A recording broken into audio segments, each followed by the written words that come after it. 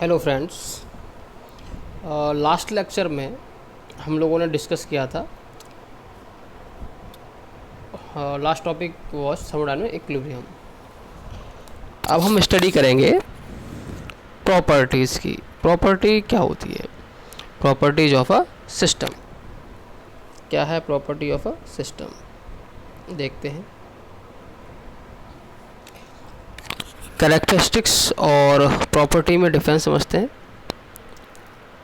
Characteristics क्या है, characteristics क्या है और प्रॉपर्टीज क्या है, हम डिस्कस करेंगे। तो प्रॉपर्टी क्या होती है? Any measurable characteristics of a system is a property, या कहेंगे any measurable characteristics is a property. ऐसी विशेषता जिसको माप सकते हैं क्या कहलाएगी? प्रॉपर्टी कहलाएगी। For example pressure, volume, temperature, etc इत्यादि, ये क्या है? प्रॉपर्टी है। ये क्या कहलाएंगी? सिस्टम की प्रॉपर्टी। किस सिस्टम का क्या प्रेशर है, क्या वॉल्यूम है, उसका टेम्परेचर कितना है, सर मेजर कर सकते हैं। तो मेजरेबल कैरेक्टरिस्टिक्स ही क्या कहलाएगी? प्रॉपर्टी। कोई चीज़ कितनी खट्टी है, कोई चीज़ कितनी मीठी है, कोई चीज़ कितनी कड़वी है, इसको मेजर कर सकते हैं क्या? मीठे को मेजर करने का कोई यंत्र नहीं है। या आपने कभी सुना ये 10 मीठा है, ये 15 मीठा है, या कुछ ऐसा आज तक सुना है? नहीं सुना है। ये इतना खट्टा है, ये 10 खट्टा है, 20 खट्टा है, 30 खट्टा है, नहीं। कड़वा है तो कड़वा का क्या है? 10 कड़वा है, 20 कड़वा है, 30 कड़वा है, नहीं। खट्टा, कड़वा, मीठा, ऐसे कई सारी विशेषताएं हैं किसी पदार्थ की जिसको मेजर नहीं कर सकते। ये टेस्ट है बस, इसलिए मेजर नहीं कर सकते इसको। जैसे प्रेशर हम बता सकते हैं कि 1 बार प्रेशर है, 2 बार प्रेशर है, 3 बार प्रेशर है। वॉल्यूम के 1 क्यूबिक मीटर है, 3 क्यूबिक मीटर है, 50 क्यूबिक मीटर है। टेम्परेचर 10 डिग्री सेंटीग्रेड है, 20 है, 30 है। ये मेजर कर सकते हैं, ठीक है। प्रॉपर्टी आई थिंक क्लियर हो गया होगा आप लोगों को। अब प्रॉपर्टी क्या है? प्रॉपर्टी भी 2 टाइप की होती है, इंटेंसिव प्रॉपर्टी और एक्सटेंसिव प्रॉपर्टी। इंटेंसिव प्रॉपर्टी कौन सी प्रॉपर्टी होती हैं? इंटेंसिव प्रॉपर्टी वो प्रॉपर्टी होती हैं जो इंडिपेंडेंट होती हैं साइज और mass of the system. Intensive properties are independent of size और मास।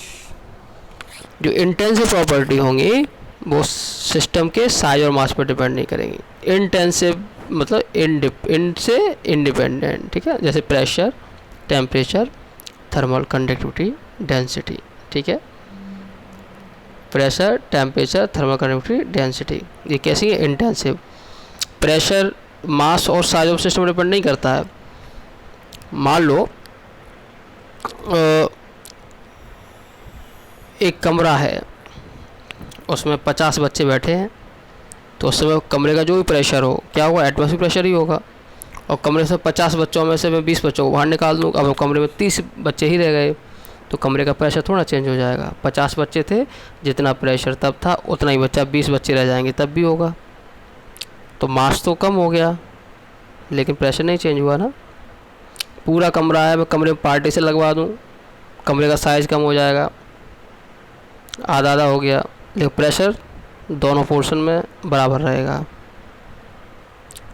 टेम्परेचर है, मान लो आपने नहाने के लिए पानी गर्म किया, 1 बाल्टी पानी गर्म कर लिया आपने, उसका टेम्परेचर कितना हो गया? 50 डिग्री सेंटीग्रेड। आप सोचो आधी बाल्टी हम खाली करते हैं तो टेम्परेचर कम हो जाएगा क्या? नहीं, 1 मग भी पानी रह जाएगा, सबका टेम्परेचर समान रहेगा। साइज और मास पर डिपेंड नहीं करता ना टेम्परेचर। ये इंटेंसिव प्रॉपर्टी है सिस्टम की। ऐसी थर्मल कंडक्टिविटी है, डेंसिटी है, तो कितना भी आप साइज़ कम कर दो, कितना ही बढ़ा दो, मास कितना भी कम कर दो, कितना ही बढ़ा दो, ये चेंज नहीं होते हैं। क्लियर है बात? एक्सटेंसिव प्रॉपर्टीज़ देखते हैं।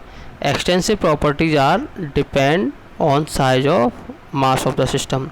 Extensive properties depend on size और mass of the system. Extensive property system के साइज और मास पर डिपेंड करती हैं। जैसे वॉल्यूम है, ऑल फॉर्म ऑफ एनर्जी है, मास है all form of energy, kinetic energy, potential energy, है ना। तो ये मास पे डिपेंड करती हैं, साइज़ पे डिपेंड करती हैं सिस्टम की। वॉल्यूम है, वॉल्यूम तो जैसे मान लो कमरा है, उसका वॉल्यूम टोटल कुछ है, उसको मैं बाउंड्री लगा दूँ तो वॉल्यूम कम हो जाएगा, आधा आधा हो जाएगा। पहले वॉल्यूम बी था तो अब b/2 हो जाएगा, आधा आधा कर देंगे तो 4 पार्ट डिवाइड कर देंगे, b/4 हो जाएगा।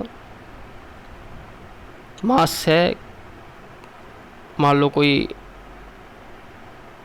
सिस्टम है, उसकी काइनेटिक एनर्जी का फॉर्मूला क्या होगा, हाफ mv²। उसका मास अगर 50 है, वेलोसिटी 10 है, तो वैल्यू डालोगे तो मास पर डिपेंड करेगा ना, 50 है, ये मास अगर 10 कर देंगे तो 10 कर देंगे तो क्या हो जाएगा, 5 गुना कम हो जाएगा। तो मास पे डिपेंड करेगा, हाफ mv² लगाओगे फार्मूला। तो जैसे हमने एग्जांपल लिया हो, मास, वॉल्यूम, प्रेशर, टेम्परेचर, इनको मैंने डिवाइड कर दिया। मान लो मास क्या हो गया, m/2 आधा आधा कर दिया, b/2 हो गया कि नहीं। तो प्रेशर और टेम्परेचर चेंज नहीं हुए, वो वही रहे, मास और वॉल्यूम देखो चेंज हो गया। आप यहाँ पे पाओगे कि मास, वॉल्यूम, प्रेशर, टेम्परेचर, इनको आधा आधा डिवाइड कर दिया तो मास तो आधा आधा हो गया, वॉल्यूम भी आधा आधा हो गया, लेकिन प्रेशर टेम्परेचर समान रहे, ये नहीं बदले। बात समझ में आई। तो ये सब क्या है, प्रेशर टेम्परेचर इंटेंसिव प्रॉपर्टी है और मास और वॉल्यूम एक्सटेंसिव प्रॉपर्टी। अब एक चीज़ याद रखेंगे, इंटेंसिव एक्सटेंसिव में क्या इंडिपेंडेंट है। तो इंटेंसिव में आप देखोगे इन है और यहाँ भी इन है, तो इंटेंसिव ही इंडिपेंडेंट है। याद रखने का तरीका है, इनको मैंने गोला कर दिया है, इंटेंसिव ही इंडिपेंडेंट है। तो इंटेंसिव में है, यहाँ भी इन है, तो याद रहेगा आपको, भूलोगे नहीं। चलो एक ध्यान रखें कि ऑब्जेक्टिव में पूछा जाता है आपसे अगर, तो कोई भी स्पेसिफिक प्रॉपर्टी है, like specific volume, specific internal energy, specific enthalpy, specific entropy, ये सब क्या है, इंटेंसिव है। किसी भी प्रॉपर्टी के आगे अगर स्पेसिफिक टर्म आ गया है तो वो कैसी हो जाएगी, इंटेंसिव हो जाएगी, डिवाइड बाई मास हो जाता है वो, ठीक है। तो स्पेसिफिक प्रॉपर्टीज वो सब कैसी होगी, इंटेंसिव प्रॉपर्टी होंगी। ये समझ आया होगा आपको। अब चलते हैं हम आगे, टॉपिक लेते हैं। चलिए, important point with respect to properties. देखो प्रॉपर्टीज़ पॉइंट फंक्शन है, हर पॉइंट पर मान लो कोई सिस्टम है, माना ये सिस्टम है हमारा, कोई पीवी डायग्राम ड्रॉ किया हमने, इस पॉइंट पे कुछ यहाँ पॉइंट बाई पॉइंट प्रॉपर्टी यार पॉइंट फंक्शन। इस पॉइंट पे इसका अलग प्रेशर, यहाँ ये प्रेशर है, ये वॉल्यूम है, तो यहाँ अलग प्रेशर है, इसको यहाँ कर दें तो ये देखो यहाँ प्रेशर अलग है, वॉल्यूम अलग है, ठीक है। ये कई सारे पॉइंट हैं, यहाँ प्रेशर वॉल्यूम है ना, हर पॉइंट अलग होगा कि नहीं। यहाँ देखो कि जो ये प्रेशर वॉल्यूम अलग, ये प्रेशर है इधर, इधर वॉल्यूम है, तो इसको देखो यहाँ प्रेशर, ये प्रेशर P2 P3 मान लो ये। तो properties are point function, properties are independent past history, मतलब ये पाथ पर डिपेंड नहीं करते, ये पॉइंट फंक्शन है, ठीक है। प्रॉपर्टी आर एग्जैक्ट डिफरेंशियल, इसको समझने के लिए थोड़ा और एक्सप्लेन करना पड़ेगा, वो आपको नीड नहीं है। अब चलते हैं हम state of a system. State क्या होती है, condition of a system is known as state of a system. Condition of a system is known as state of a system, ठीक है, समझ आई बात। Condition of system is known as state of a system. जैसे अभी ये यहाँ है, तो ए पॉइंट, ये मान लो ये पॉइंट है, ये बी पॉइंट है। अभी मैं यहाँ खड़ा हूँ तो मेरी कंडीशन और स्टेट ये हो गई, फिर थोड़ी देर में यहाँ हूँ, ये हो गई कंडीशन स्टेट। इन दोनों को मिला देंगे तो ये क्या कहलाएगी, प्रोसेस कहलाएगी, ठीक है। A change of state is known as a process. अभी मेरी स्टेट ये थी, फिर ये स्टेट ये थी, अब मैं यहाँ से यहाँ आ गया तो ये मेरी ये क्या कहलाएगी, प्रोसेस। मैंने अपनी स्टेट चेंज कर ली, पहले यहाँ था अब यहाँ आ गया। अब बात करते हैं रिवर्सिबल एंड इरिवर्सिबल प्रोसेस की।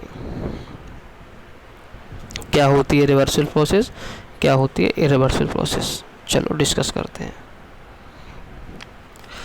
अ process is said to B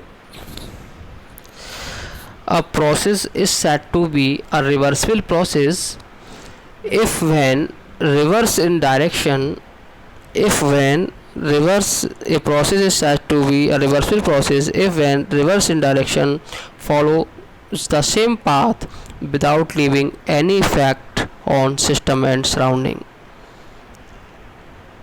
मतलब कोई प्रोसेस रिवर्सिबल प्रोसेस तब कही जाएगी जब हम उसी प्रोसेस को उल्टा करें और उल्टा करने पर भी वो प्रोसेस सिस्टम और सराउंडिंग पे कोई इफेक्ट न डाले।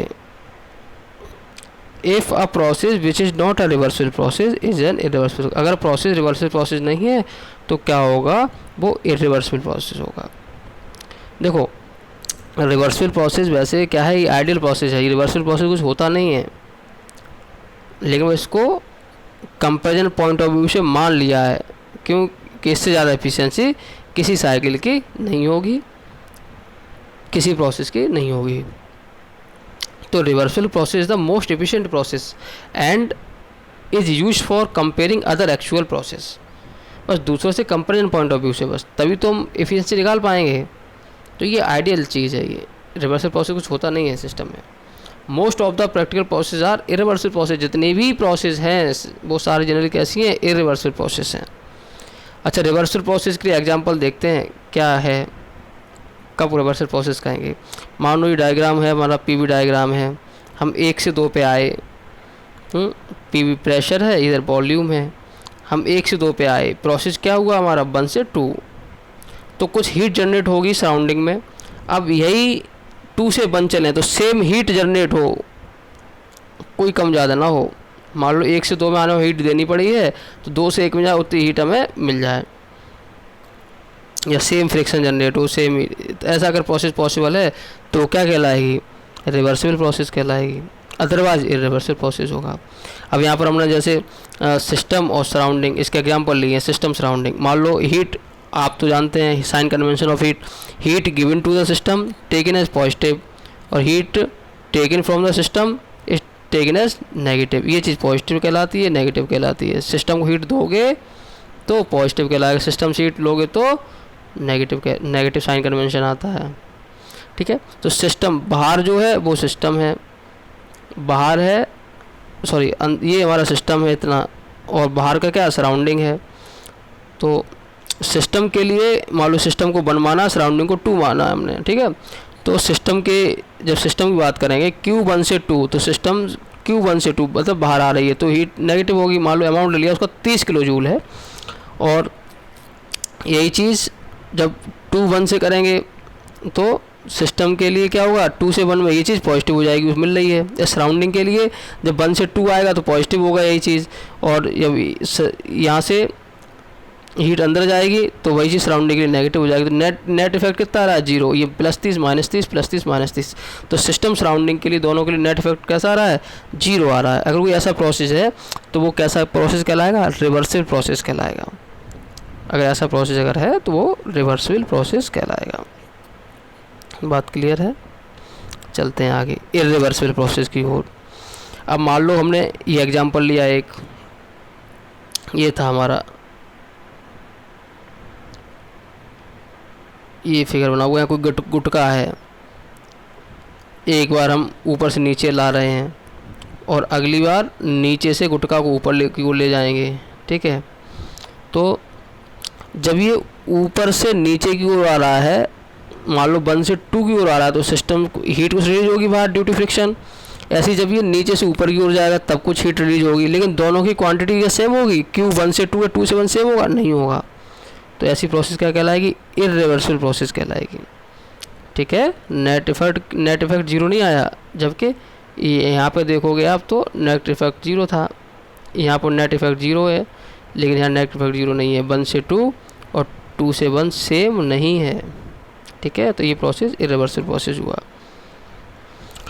अब आ जाओ क्वाजी स्टैटिक प्रोसेस। क्या होता है quasi static process. Quasi means almost, static मतलब स्थिर, मतलब same, almost same, same process, almost same process मतलब quasi static process. A process which is carried out in a very slow manner so that the pressure difference is very small is known as quasi static process। कोई भी process जिसको बहुत slowly तरीके से किया जाए और इस प्रकार किया जाए कि प्रेशर डिफरेंस बहुत कम हो या कहें नेग्लिजिबल हो, ऐसा प्रोसेस क्या कहलाएगा? क्वाजी स्टैटिक प्रोसेस कहलाएगा। Frictionless quasi static process is a reversible process.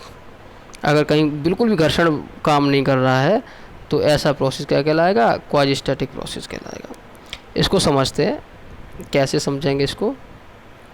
हम एक एग्जांपल लेते हैं पिस्टन सिलेंडर अरेंजमेंट का, ठीक है, आते हैं समझते हैं।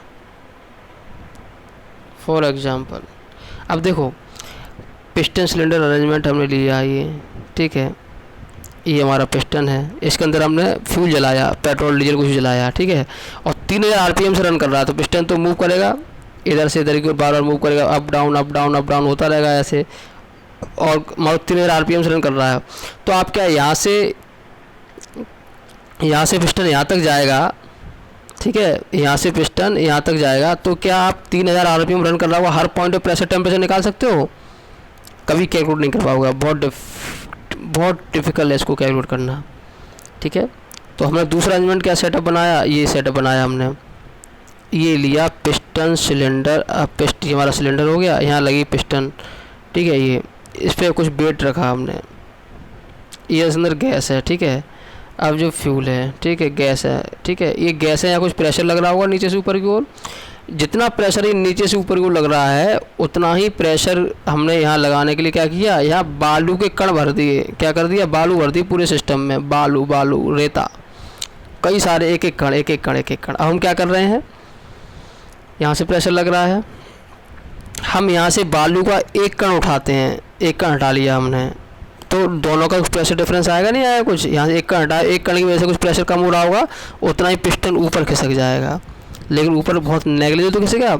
अगली बार दूसरा कण हटाएंगे बालू का, फिर पिस्टन थोड़ा सा ऊपर जाएगा, तो प्रेशर डिफरेंस दोनों का जो होगा वो क्या होगा, बहुत कम होगा, मतलब लगभग नेग्लिजिबल होगा। ऐसे ही है तो हम हर पॉइंट पे प्रेशर टेम्परेचर मेजर कर सकते हैं, एक एक कण हटाते जाएंगे, मेजर कर लेंगे, यहाँ कितना प्रेशर कितना टेम्परेचर, यहाँ कितना प्रेशर है, यहाँ से कितना प्रेशर लग रहा है, एक कण हटाया तो ये ऊपर सरकेगा पिस्टन, तो प्रेशर डिफरेंस आएगा कुछ, अगला फिर एक कण हटाएगा, ऐसे हर पॉइंट पे हम प्रेशर मैनेज कर सकते हैं, प्रेशर डिफरेंस मैनेज कर सकते हैं और काउंट कर सकते हैं।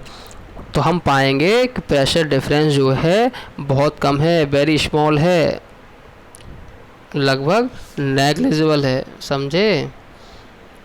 तो ऐसा प्रोसेस अगर कोई हो रहा है तो क्या कहलाएगा, कौन सा प्रोसेस कहलाएगा, वो क्वाजी स्टैटिक प्रोसेस, ठीक है, बात क्लियर है।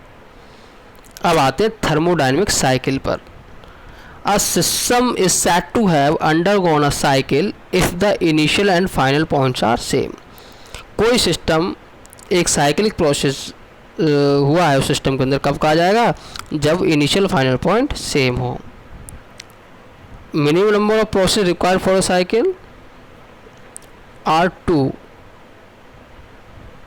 एक साइकिल कंप्लीट होने के लिए मिनिमम 2 प्रोसेस आवश्यक हैं। और for a cycle change in property is equal to 0।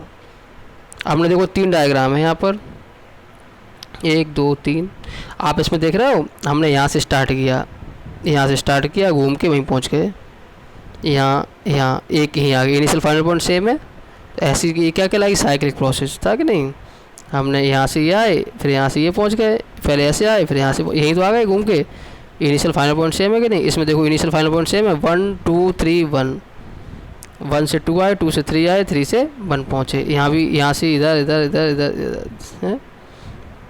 है ना। इसमें 2 प्रोसेस है, इसमें 3 है, इसमें 4 हैं, सबका इनिशियल फाइनल पॉइंट सेम है, ठीक है। इसका क्या हो, 1 से 2, 2 से 3, 3 से 1। यहाँ देखो ये भी इनिशियल यहाँ से चले यहीं आ गए, यहाँ से चले यहीं आ गए वापस, यहाँ से चले यहीं वापस आ गए, और इसमें यहाँ से चले यही वापस आ गए, ठीक है। तो इसमें 2 प्रोसेस हैं, इसमें 3 है, इसमें 4 है, ये सब साइक्लिक प्रोसेस हैं। लेकिन मिनिमम 2, कोई भी साइकिल कंप्लीट होने के लिए मिनिमम 2 आवश्यक हैं। 2 से कम में साइकिल कंप्लीट नहीं होती, ठीक है। ज़्यादा कितनी भी हो सकती हैं, 2, 3, 4, 5, लेकिन मिनिमम 2 आवश्यक है, नहीं तो साइक्लिक प्रोसेस नहीं होगा। मान लो ये चीज़ है, तो ये एक प्रोसेस है इसके अंदर 1 से 2, तो ये साइक्लिक प्रोसेस नहीं है, ठीक है। मिनिमम 2 प्रोसेस आवश्यक है। तो ये हमारा रहा थर्मोडायनेमिक साइकिल, ठीक है। अब आते हैं हम जीरोथ लॉ ऑफ थर्मोडायनेमिक्स, मतलब कंसेप्ट ऑफ टेम्परेचर पर आते हैं। जीरोथ लॉ ऑफ थर्मोडायनेमिक्स क्या कहता है? जीरोथ लॉ ऑफ थर्मोडायनेमिक्स ये हमें देता है कंसेप्ट ऑफ टेम्परेचर।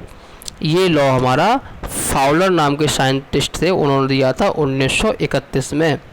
ये लॉ फर्स्ट लॉ और सेकंड लॉ के बाद आया है, लेकिन इसकी आवश्यकता एक्चुअली दोनों से पहले थी, और उसका इम्पोर्टेंस जो है इन दोनों से पहले है, इसलिए फर्स्ट और सेकंड से पहले फिर जीरो ही आता है, इसलिए इसका नाम जीरोथ लॉ रखा गया। फर्स्ट लॉ 1840 में आ चुका था, जूल ने दिया, लेकिन ये 1931 में आया। सोचो, फर्स्ट 1840 में है, ये 1931 में आया। जब फर्स्ट और सेकंड दोनों आ गए तब ये आया है। चलो देखते हैं इसका क्या स्टेटमेंट है। मान लो हमारे ए बी सी 3 कोई सिस्टम है, ए बी के साथ थर्मल इक्विलिब्रियम में है। हम थर्मल इक्विलिब्रियम क्या होता है हम पढ़ चुके हैं, बताया था। थर्मल कोई सिस्टम थर्मोडायनेमिक इक्विलिब्रियम कब होगा? थर्मल इक्विलिब्रियम में, थर्मोडायनेमिक इक्विलिब्रियम पढ़ा था हमने। तो थर्मोडायनेमिक इक्विलिब्रियम में होने के लिए thermal equilibrium, mechanical equilibrium, chemical 3 होने चाहिए थे। यहाँ थर्मल की बात कर रहे हैं, मतलब टेम्परेचर इक्विलिब्रियम की बात कर रहे हैं सर, ठीक है। ए बी के साथ थर्मल इक्विलिब्रियम में है, बी सी के, मतलब सिस्टम ए सिस्टम बी के साथ थर्मल इक्विलिब्रियम में है, ये दोनों अटैच हैं। सिस्टम बी सिस्टम सी के साथ थर्मल इक्विलिब्रियम में है, बी और सी आपस में अटैच हैं, ठीक। तो ए और सी भी थर्मल इक्विलिब्रियम में होंगे, जबकि ये दोनों एक दूसरे से अटैच नहीं हैं। बात क्लियर है? When a body A is in thermal equilibrium with body B and body B is in thermal equilibrium with body C separately, then A and C are in thermal equilibrium. A B के साथ thermal equilibrium में है, B C के साथ thermal equilibrium में है, तो A और C भी आपस में थर्मल इक्विलिब्रियम में होंगे, जबकि भले ही एक दूसरे कनेक्ट ना हो। ए बी के साथ थर्मल इक्विलिब्रियम में है और एक दूसरे कनेक्ट भी है, बी सी के साथ थर्मल इक्विलिब्रियम में एक दूसरे कनेक्ट भी है, लेकिन ए और सी तो कनेक्ट नहीं है, लेकिन फिर भी थर्मल इक्विलिब्रियम में होंगे। यही हमारा जीरोथ लॉ है। आई थिंक आपको क्लियर हुआ होगा। और समझते हैं, ये हमारा जीरोथ लॉ का स्टेटमेंट मान लो, ये समझते हैं, ये ना, इसको उसमें साम्यता कहते हैं। If a two system are in thermal equilibrium separately with the third system they must be in thermal equilibrium with each other. क्या हमारे चाय के प्याले रखे हैं, देखो ए बी सी 3 कप हैं, इसको ऐसे समझते हैं हम। अब क्या है, 3 कप हैं, ठीक है, एक ए और बी, ये हमने आइडियल इंसुलेटेड थर्मस उसके अंदर रख दिए ये दोनों। इसका टेम्परेचर मान लो 30 डिग्री है, इसका भी 30 डिग्री है। ये दोनों थर्मल इक्विलिब्रियम में है और इंसुलेटेड थर्मस के अंदर ही दोनों कप रख दिए हमने, ठीक है। एक कोई सिस्टम है इंसुलेटेड है, आइडियली इंसुलेटेड है। अब एक कोई सिस्टम लिया सी बाहर से हमने, जिसका टेम्परेचर कितना था 35 डिग्री सेंटीग्रेड था। अब इस 35 वाले को उठा के इसमें ही बंद कर दिया। अब ये तीनों किस में आ गए, एक ही डब्बे में बंद हो गए तीनों। तो आप देखेंगे थोड़ी देर बाद इसका 30 था, इसका 30 था, इसका 35 था, तो 35 वाले का कुछ कम हो जाएगा, तो हायर से लोअर, और इन दोनों का थोड़ा थोड़ा बढ़ जाएगा। तीनों का टेम्परेचर सेम हो जाएगा, मान लो 32 हो गया अंदाज से। तो इसका 30 था, इसका 30 था, ए का 30, बी का 30, सी का 35 था।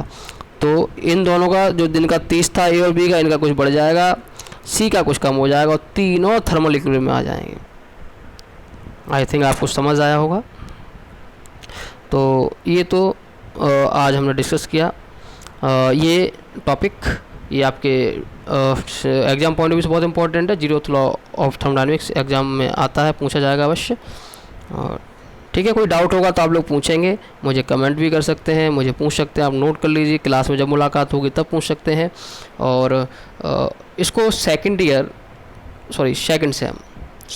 सेम इलेक्ट्रिकल सिविल के छात्रों के साथ इसको शेयर ज़रूर कर दें, और सब लोग इसको देख लें, लाइक करें, शेयर करें।